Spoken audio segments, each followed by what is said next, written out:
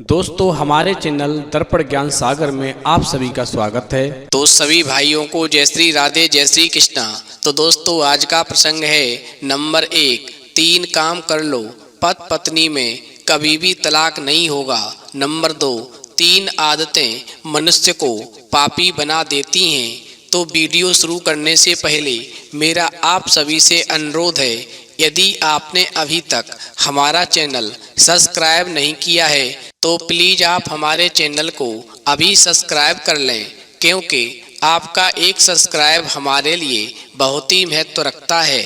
दोस्तों एक बार भगवान शिव कैलाश पर्वत पर बैठे हुए थे, तभी माता पार्वती भगवान शिव के पास पहुंच जाती हैं और भगवान शिव से अनुरोध करती हैं, प्रभु मेरे 2 प्रश्न हैं, आप मेरे दोनों प्रश्नों का उत्तर देकर के मेरे मन को पूरी तरह संतुष्ट कीजिए।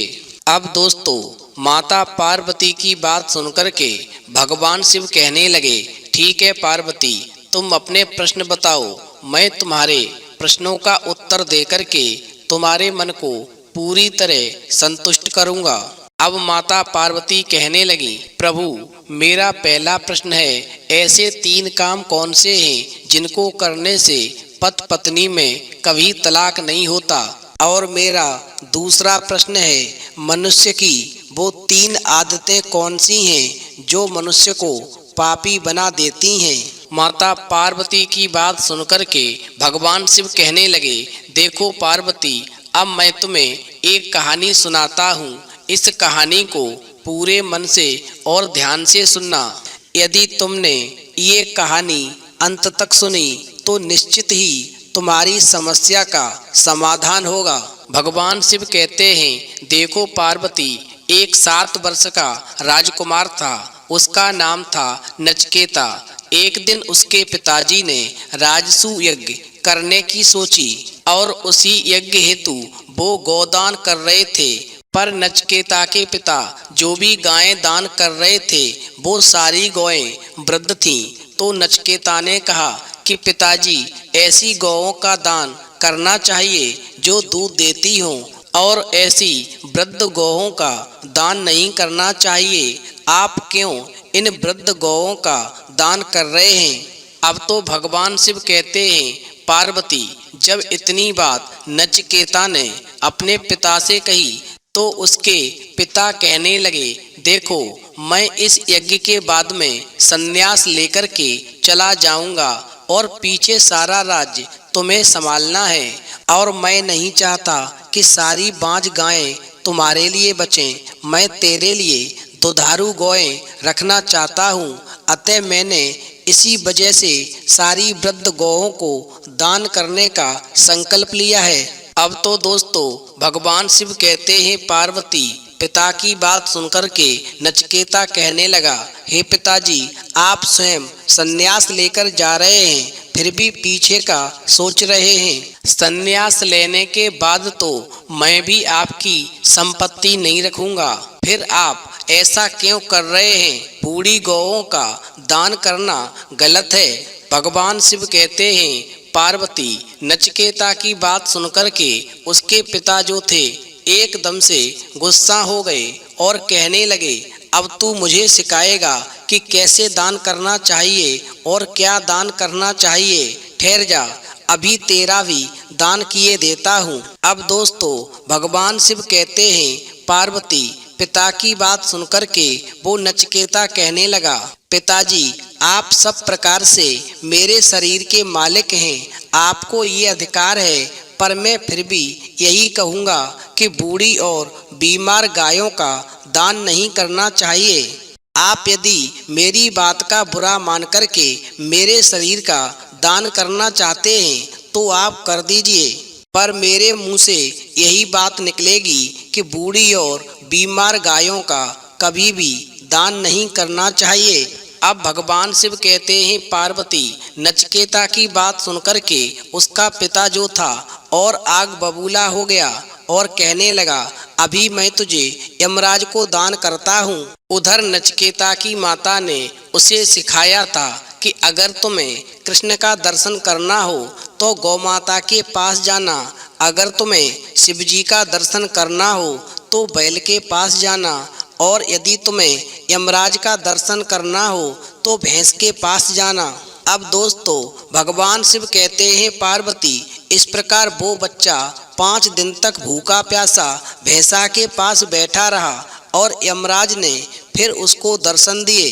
अब यमराज के दर्शन पाकर के नचिकेता जो था बहुत ही प्रसन्न हुआ और नचिकेता ने कहा कि मेरे पिताजी ने मुझे आपको दान किया है, आप मुझे स्वीकार करो। भगवान शिव कहते हैं पार्वती, यमराज ने कहा कि बालक, तुमने इतनी छोटी सी उम्र में गौ माता का मुद्दा उठाया है, इसीलिए काल भी तेरा कुछ नहीं बिगाड़ पाएगा।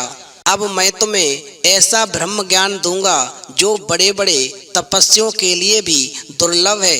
भगवान शिव कहते हैं पार्वती, तुम्हारा पहला प्रश्न था कि वो 3 काम कौन से हैं जो पति पत्नी के बीच में तलाक नहीं होने देते।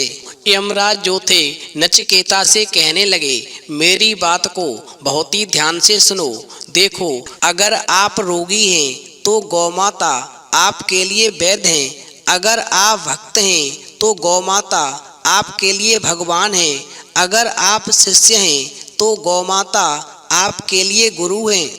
और सबसे महत्वपूर्ण बात, जो भी गौ माता को वैद्य भगवान गुरु मानता है और जिसका विवाह गोधूल बेला में होता है, उसका कभी भी तलाक नहीं हो सकता।